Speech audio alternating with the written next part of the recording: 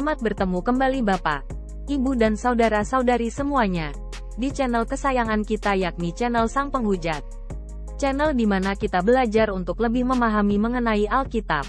Dan tentu saja, penelaahan kita di channel ini sama sekali berbeda dengan apa yang sering dikhotbahkan oleh teolog-teolog Kristen. Karena penelaahan di channel ini diselaraskan dengan pengetahuan yang ada saat ini. Walaupun berbeda, channel ini sama sekali tidak bermaksud untuk menjadikan Anda seorang anti-Alkitab bahkan anti-agama. Namun kami memberikan penyeimbang cara berpikir dengan menggunakan nalar yang waras. Sebelum memulai tayangan kita ini, siapkan lebih dahulu segala keperluan Anda agar nyaman dalam menyaksikan video kita ini. Kami akan membacakan ayat demi ayatnya bagi Anda sekalian. Dan kami mulai dari ayat pertama. Kemudian anak-anak Harun, Nadab dan Abihu, masing-masing mengambil perbaraannya, membubuh api ke dalamnya, serta menaruh ukupan di atas api itu. Dengan demikian, mereka mempersembahkan ke hadapan Tuhan api yang asing yang tidak diperintahkannya kepada mereka. Maka keluarlah api dari hadapan Tuhan, lalu menghanguskan keduanya, sehingga mati di hadapan Tuhan. Di episode kali ini, kita masih melanjutkan pembahasan kita mengenai Kitab Imamat, dan kita telah sampai di pasal ke-10. Di pasal ke-10 Kitab Imamat ini, semuanya terdiri dari 20 ayat. Memang tidak terlalu panjang, tetapi jika kita telaah mungkin akan memakan waktu cukup lama jika kita mencermati satu persatunya. Oleh LAI diberi subjudul Kematian Nadab dan Abihu. Di sini kita lihat di ayat pertama dan kedua terjadi suatu tragedi yang mengenaskan kepada anak-anak Harun, yakni Nadab dan Abihu. Diceritakan di sini karena Nadab dan Abihu dianggap mempersembahkan kepada Tuhan api yang asing, maka keluarlah api dari hadapan Tuhan dan menghanguskan keduanya hingga mati. Ini menjadi sesuatu yang menimbulkan pertanyaan bagi kita. Bagaimana Nadab dan Abihu bisa membubuhkan api ke dalam perbaraannya dan menaruh ukupan? Bukankah memang selama ini untuk melakukan persembahan kepada Tuhan dengan melakukan pengorbanan, baik itu lembu sapi, kambing domba dan sebagainya, itu ada yang harus dibakar di atas mezbah. Lantas membakarnya itu dengan cara bagaimana? Kalau kita melihat di sini, bukankah memang Nadab dan Abihu ini mengambil perbaraannya, membubuhkan api ke dalamnya? Nah, ini apakah mereka melakukannya di atas mezbah tersebut atau bagaimana? Ini tidak jelas. Jadi ini tergantung dari persepsi kita untuk menangkap cerita ini. Selama ini apinya dari mana? Harun dan anak-anaknya memberikan persembahan kepada Tuhan, itu lantas apinya mereka dapatkan dari mana? Jika di sini dianggap Nadab dan Abihu ini memberikan api asing di hadapan Tuhan, apakah selama ini apinya itu turun dari langit? Ataukah bagaimana jika di negara kita mungkin ada yang namanya api abadi? Nah, seringnya kalau kita menyelenggarakan Pekan Olahraga Nasional, PON, kita mengambil api dari tempat tersebut dan kemudian dibawa berkeliling Indonesia. Nah, apakah di sini juga demikian adanya? Apinya dari Tuhan. Karena ketika kita membaca ayat ini, lantas ada api asing. Dianggap api asing itu api yang bagaimana? Apakah warnanya berbeda? Jika api dari Tuhan warnanya biru seperti gas LPG, lantas kemudian yang dinyalakan oleh Nadab dan Abihu ini warnanya kuning atau orange, atau bagaimana? Kita tidak mendapatkan penjelasan yang detail mengenai api asing di hadapan Tuhan ini. Tetapi inilah ceritanya Sekonyong-konyong Tuhan menjadi marah dan menganggap ada api asing yang dipersembahkan yang dibawa oleh anak Harun ini. Sehingga Tuhan kemudian membakar, menghanguskan kedua orang ini sampai mati. Nah, ini juga menjadi pertanyaan. Api yang membakar Nadab dan Abihu ini berasal dari mana? Nah, ini juga tidak pernah pendeta manapun memberikan penjelasan. Ada api dari hadapan Tuhan. Lantas Tuhannya modelnya kayak apa? Apakah Tuhannya model gas LPG ada kompornya? Nah, ini sungguh satu cerita yang konyol jika kita menyampaikan kepada anak-anak generasi sekarang. Jika mereka bertanya begitu, lantas bagaimana kita menjawabnya? Nah, ini merupakan satu PR, tantangan bagi kita untuk bisa memberikan penjelasan yang detail dan dapat diterima oleh nalar anak-anak zaman sekarang. Inilah tugas kita, Bapak Ibu, Saudara sekalian. Jika kita mencermati cerita-cerita di dalam Alkitab, kadangkala kita terbentur oleh hal-hal yang memang di luar nalar kita. Sementara kita harus memberikan penjelasan yang dapat diterima oleh akal budi anak-anak kita. Ya, inilah PR kita. Hanya saja menurut saya memang cerita ini absurd, nggak jelas.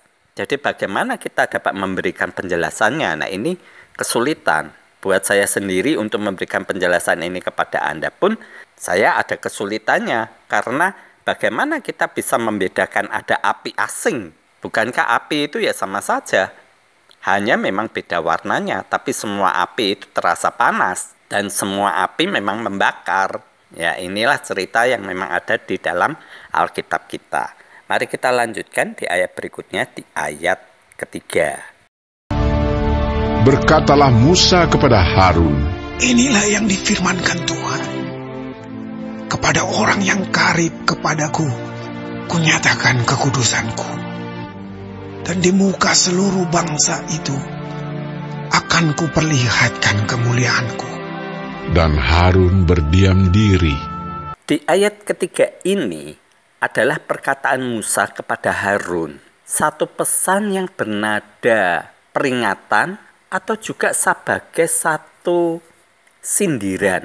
Oleh karena Harun begitu cerobohnya sehingga anak-anaknya melakukan perbuatan yang tidak disukai oleh Tuhan. Dikatakan demikian.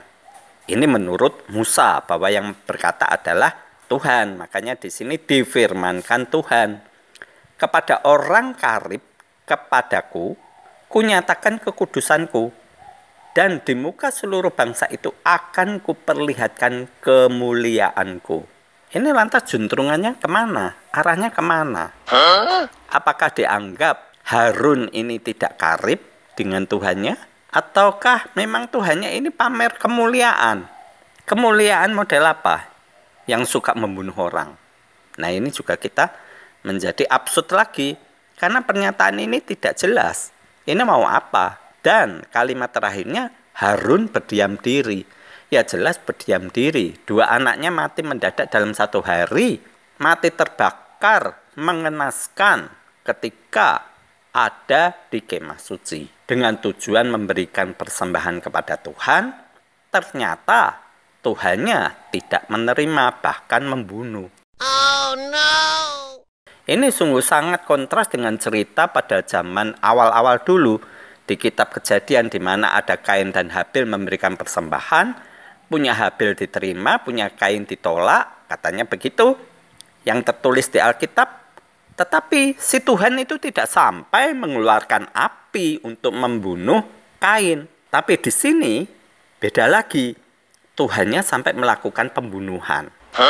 Apakah memang Tuhannya ini berbeda antara Tuhan yang disembah Kain Habil pada zaman Adam dahulu dengan Tuhan yang dibawa, yang dikenalkan Musa ini kepada bangsa Israel? Karena kita melihat Tuhannya yang di sini begitu kejamnya luar biasa, begitu telengas, begitu sadis kepada umatnya. Kita tahu ketika Musa membawa bangsa Israel keluar dari Mesir, ada pembantaian besar-besaran di Mesir saat itu.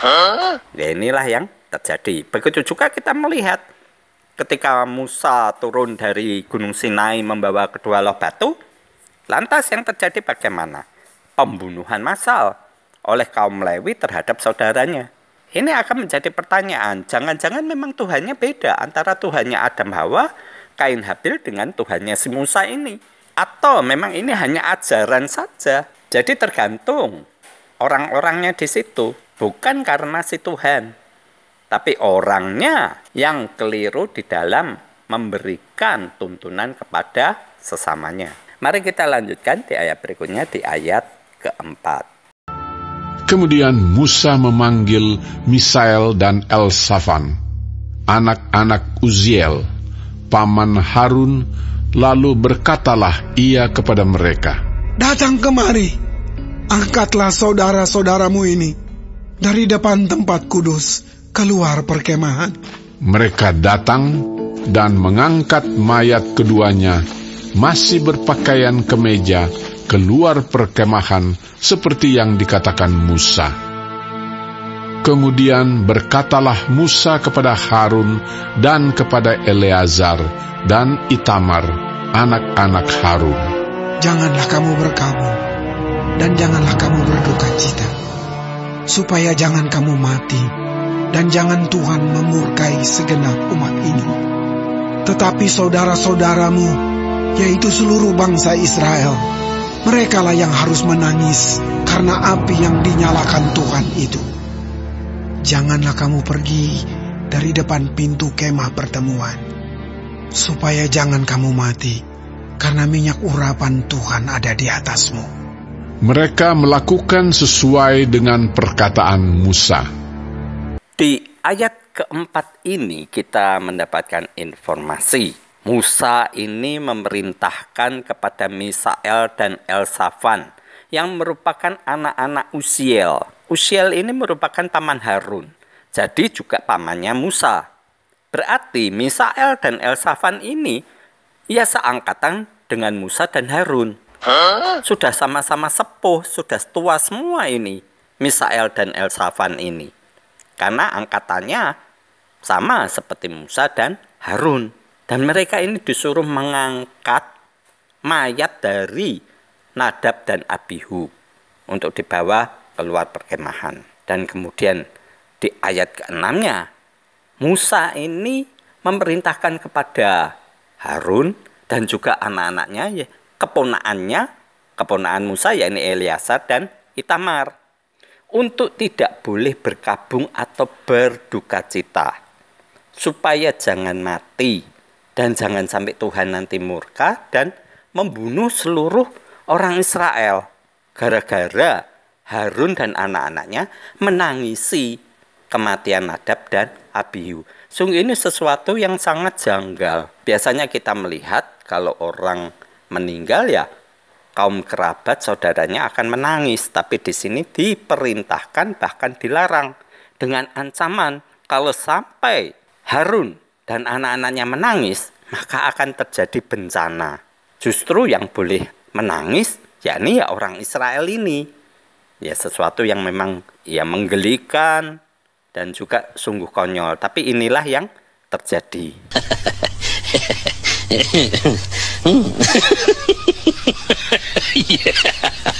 Dan ada juga larangan kepada Harun dan anak-anaknya, yakni Eleazar dan Itamar, untuk tidak pergi dari kemah pertemuan supaya jangan mati. Nah ini mereka terpaksa harus mengikuti perkataan Musa. Mari kita lanjutkan di ayat berikutnya, di ayat ke-8. Tuhan berfirman kepada Harun, "Janganlah engkau minum anggur atau minuman keras, engkau serta anak-anakmu, bila kamu masuk ke dalam kemah pertemuan, supaya jangan kamu mati. Itulah suatu ketetapan untuk selamanya bagi kamu turun-temurun. Haruslah kamu dapat membedakan antara yang kudus dengan yang tidak kudus, antara yang najis dengan yang tidak najis. Dan haruslah kamu dapat mengajarkan kepada orang Israel segala ketetapan yang telah difirmankan Tuhan kepada mereka dengan perantaraan Musa. Di ayat ke-8 hingga ayat ke-11 oleh LAI diberi subjudul larangan tentang minuman keras bagi imam yang menyelenggarakan kebaktian. Di sini kita melihat ternyata Tuhan juga berfirman kepada Harun. Ada perintah dari Tuhan langsung kepada Harun, tidak melalui Musa lagi. Ini berbeda dari yang sebelumnya. Di sini kita diberi satu informasi yang jelas bahwa Tuhan berfirman kepada Harun, tidak boleh minum anggur ataupun minuman keras. Ini juga bagi Harun dan anak-anaknya ketika mereka masuk ke kemah pertemuan, supaya jangan mati. Nah, ini nanti matinya mungkin juga dibakar lagi oleh Tuhan. Nah, ini jadi ketetapan yang turun-temurun. Jadi ada larangan ketika masuk kemah suci untuk melayani ibadah persembahan kepada Tuhan, tidak diperbolehkan untuk minum anggur ataupun minuman keras lainnya, yang mungkin semacam arak, tuak, dan sebagainya. Di sini juga ada perintah dari Tuhan di ayat ke-10-nya dan ayat ke-11 bahwa Harun harus dapat membedakan yang kudus dengan tidak kudus, yang najis dengan yang tidak najis, dan harus mengajarkan semua ketetapan yang sudah difirmankan Tuhan melalui Musa kepada orang-orang Israel. Kita lanjutkan di ayat berikutnya, di ayat ke-12. Kemudian berkatalah Musa kepada Harun dan kepada Eleazar dan Itamar, anak-anak Harun yang tinggal itu. Ambillah korban sajian yang tinggal dari segala korban api-apian Tuhan, dan makanlah itu sebagai roti yang tidak beragi di samping mezbah, karena itulah bagian maha kudus. Haruslah kamu memakannya di suatu tempat yang kudus, karena itulah ketetapan bagimu dan anak-anakmu dari segala korban api-apian Tuhan. Sebab demikianlah diperintahkan kepadaku. Dada persembahan unjukan dan paha persembahan khusus itu haruslah kamu makan di suatu tempat yang tahir. Engkau ini serta anak-anakmu laki-laki dan perempuan, karena semuanya diberikan sebagai ketetapan bagimu dan anak-anakmu dari segala korban keselamatan orang Israel. Paha persembahan khusus dan dada persembahan unjukan itu haruslah dibawa mereka ke tempat segala korban api-apian yang dari lemak itu, supaya dipersembahkan sebagai persembahan unjukan di hadapan Tuhan. Itulah suatu ketetapan untuk selamanya bagimu, serta bagi anak-anakmu, seperti yang diperintahkan Tuhan. Dari ayat ke-12 dan seterusnya oleh LAI diberi subjudul bagian imam dari korban. Jika kita melihat di sini, ternyata dari ayat sebelumnya, yakni dari ayat ke-8 hingga ayat ke-11 ini merupakan ayat sisipan. Karena ternyata ayat ke-12 ini menyambung dari ayat ke-7-nya. Dikatakan di sini Musa berkata kepada Harun dan anak-anaknya, yakni Eleazar dan Itamar, untuk mengambil korban sajian yang masih ada dari segala korban api-apian bagi Tuhan itu dimakan sebagai roti yang tidak beragi, dan makannya harus di tempat yang kudus. Ini ada makanannya, semua ini harus dihabiskan oleh Harun dan anak-anaknya.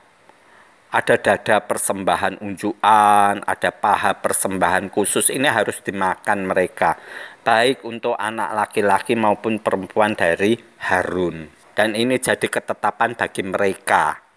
Mereka makan, Bapak Ibu, menerima makanan yang enak yang tadinya dipersembahkan untuk Tuhan, dan karena kemudian jadi korban bakaran ini masih ada di mezbah, maka ini menjadi bagian imam dan dianggap sebagai korban korban keselamatan bagi orang Israel. Dan ini menjadi ketetapan turun-temurun yang harus dilakukan oleh para imam ini. Ya, sesuatu yang memang enak karena mereka mendapat jatah makanan yang untuk Tuhan, karena sisa diberikan kepada mereka. Kita lanjutkan di ayat berikutnya, di ayat ke-16.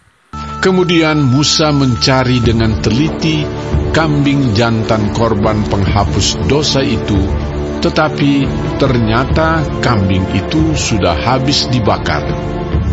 Sebab itu dimarahinya lah Eleazar dan Itamar, anak-anak Harun yang tinggal itu, katanya, "Mengapa tidak kamu makan korban penghapus dosa itu di tempat yang kudus?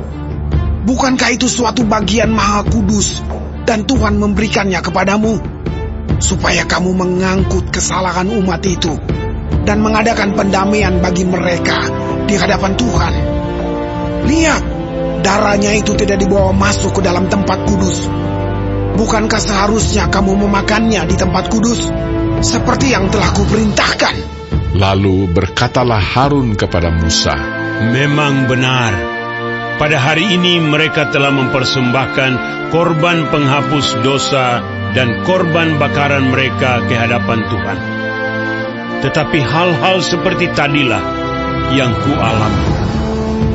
Jikalau pada hari ini aku memakan juga korban penghapus dosa, mungkinkah hal itu disetujui oleh Tuhan?" Ketika Musa mendengar itu, ia menyetujuinya.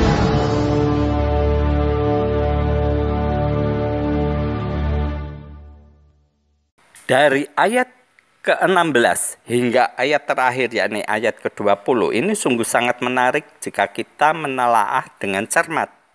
Di sini dikatakan Musa ini kemudian mencari dengan teliti kambing jantan korban penghapus dosa, tapi ternyata kambing itu sudah habis dibakar.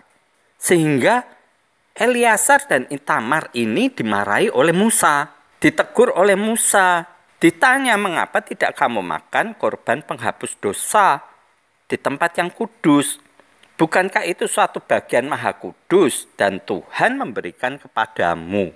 Supaya mereka ini, yakni Eleazar dan Itamar ini, mengangkut kesalahan umat itu dan mengadakan pendamaian bagi Tuhan.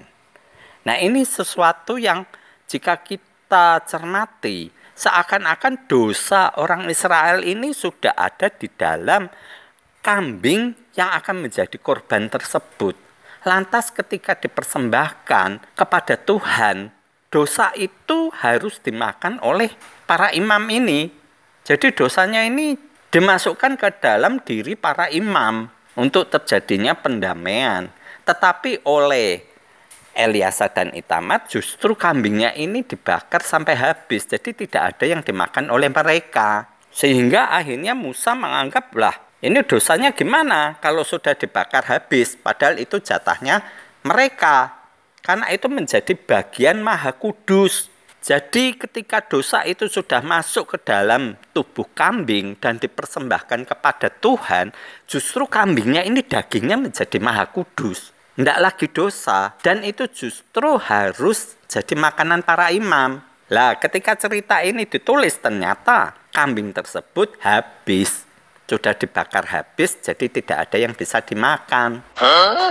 Nah, ini jika pengertian semacam ini, ada dua versi yang bisa kita telaah. Seakan-akan memang ini Musa membuat satu aturan yang memang memberikan kenikmatan bagi kerabatnya. Karena kita tahu Harun, Eleazar dan Itamar ini adalah keluarga besarnya. Jadi jatah makanannya enak, Bapak Ibu. Dapat kambing, dapat sapi, daging semua. Padahal kita tahu mereka ada di gunung pasir. Makannya susah, dapatnya cuma mana, tapi di sini mereka dapat jatah daging, makan enak. Makanya Musa ini marah-marah. Ya karena aturannya harusnya mereka bisa makan enak, kok malah dibakar habis. Nah, ini dengan menggunakan nama Tuhan sebagai barang yang maha kudus, ya mereka harusnya makan enak. Kenapa disia-siakan? Makanya Musa mencak-mencak, marah-marah. Ya ini kalau sisi lain kita melihatnya begitu. Tetapi di sisi yang berbeda kita lihat ini. Di ayat selanjutnya. Ini adalah jawaban Harun kepada Musa. Memang benar pada hari ini mereka telah mempersembahkan korban penghapus dosa dan korban bakaran di hadapan Tuhan. Tapi hal-hal seperti tadilah yang kualami. Jikalau pada hari ini aku makan juga korban penghapus dosa, mungkinkah hal itu disetujui oleh Tuhan? Ini dimaksudkan oleh Harun, jika memang itu dimakan oleh mereka kambingnya tadi, apakah mereka juga bisa selamat? Apakah benar mereka nggak dimurkai oleh Tuhan? Nah ini sesuatu yang menjadi pertanyaan juga bagi kita. Karena Harun mempersoalkan kematian Nadab dan Abihu tadi. Mendadak mati, bukankah mereka memberikan persembahan juga? Sama seperti pertanyaan saya tadi, ada api asing lah, api yang asing itu yang bagaimana? Maka ini pertanyaan Harun juga sama. Kalau saya melakukan yang seperti yang kamu omongkan, apa ya tetap kami selamat? Nah ini akhirnya ketika ditanyakan hal itu kepada Musa, inilah yang terjadi di ayat ke-20. Ketika Musa mendengar itu, ia menyetujuinya. Nah loh, ya kan berarti Musa sendiri juga tidak tahu apakah memang Tuhannya berkenan atau tidak. Musa menyetujui, memang tidak tahu kehendak Tuhannya apa. Inilah pertanyaan yang memang pertanyaan yang bisa dianggap pertanyaan konyol, tapi justru ini yang menghujam pada diri kita. Apa benar yang kita lakukan ini berkenan kepada Tuhan? Tuhan yang mana? Tuhan yang bagaimana? Tapi jelas di sini ada pandangan bahwa apa yang diperintahkan Musa memang ini menguntungkan bagi kerabatnya. Ada daging persembahan yang memang khusus bagi para imam. Dan imam ini adalah orang-orang Lewi yang merupakan keluarga besar dia. Suku Lewi adalah sukunya Musa. Sementara suku lain tidak mendapat bagian untuk melayani Tuhan. Jadi jatahnya Tuhan ya jatahnya Lewi. Kalau Tuhannya dapat apa, ya orang Lewi dapat apa.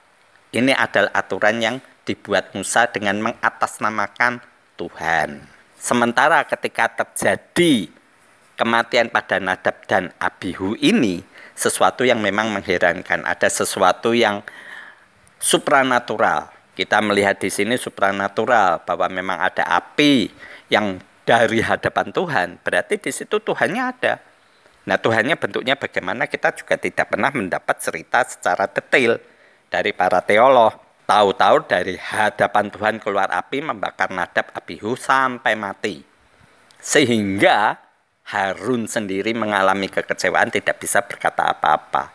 Lantas ketika melanjutkan lagi upacara korban penghapus dosa, kambingnya dibakar habis oleh Eleazar dan Itamar. Jadi tidak dimakan oleh mereka, tapi dibakar habis. Ya maklum saja, ini kan merupakan ibadah pertama. Jadi mungkin kalau ada salah-salah dikit yang tidak berkenan juga, ya sebagai manusia kita memaklumi. Lantas sebagai Tuhan bagaimana? Ya kita tidak tahu karena memang ayatnya berhenti cuma sampai di sini di ayat ke-20. Nah ini merupakan pertanyaan dari Harun. Kalau memang dimakan, apa yang mereka selamat? Bukankah tadi Nadab Abihu juga mati ketika memberikan persembahan? Nah ini akhirnya Musa pun tidak bisa menjawab dan menyetujui apa yang dikatakan saudaranya ini. Inilah 20 ayat yang telah kita telaah dari pasal 10. Kelanjutan dari cerita ini di pasal 11 bagaimana? Ya kita harus melongok di episode mendatang. Apakah masih merupakan kelanjutan dan bisa memberikan jawaban dari pertanyaan kita yang menggantung di episode ini? Ataukah justru ya tidak ada jawaban sama sekali? Untuk itu silahkan Anda ikuti terus episode-episode selanjutnya di channel Sang Penghujat ini. Saya mengucapkan banyak terima kasih kepada Bapak, Ibu, Saudara, dan Saudari sekalian atas perhatian yang telah Anda berikan di channel ini.